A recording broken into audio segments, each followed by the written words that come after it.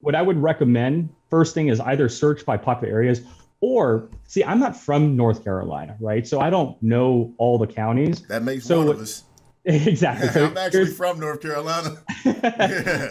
here's what I would do. Go to Google and just do North Carolina. Mm-hmm. They've got counties down here.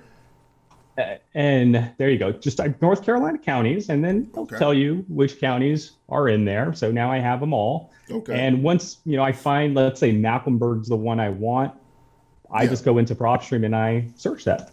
Okay. And I think I'm spelling it wrong. Mimol.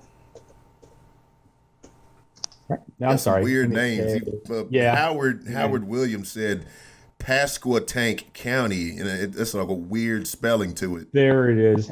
Yeah. So found the county. We have 300,000 records that have pulled up in this county. Right. And then what we're going to do is we're going to categorize them for you. So if you want to go through 300,000 records, don't let it stop you. There's 50 per page. And as you can see, we're on page one of 7,800 pages. Ain't nobody Again, got time for that. Ain't nobody got nobody's time going for to be able to do 300,000 that, right?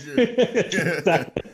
So what we will do is we will break them up for you. So we'll show you how many of them are on the MLS, pre-foreclosure auctions, and so forth. But let's just be openly honest.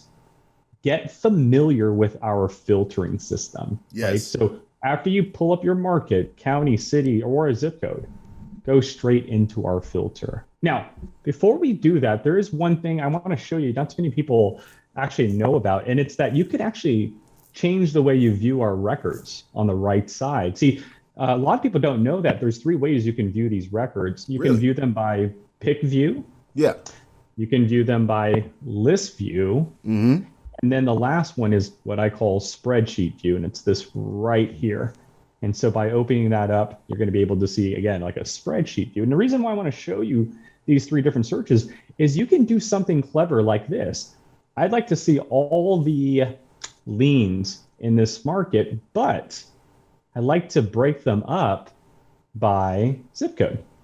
So now I know which zip code has the most liens. Maybe that's an area we should focus heavily on our marketing. Right.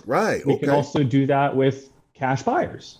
Right. Hey, there's 57,000 cash transactions. Mm-hmm. Okay, well, which zip code in this county had the most cash transactions? And once you find that zip code with the most cash transactions, you just perform that zip code search and then start building your leads there. If that makes sense. So Okay? now, I live in Alabama now, and like I would say, like your wealthiest counties would be like Shelby County and Escambia County. So this is kind of like how we track down the money, right?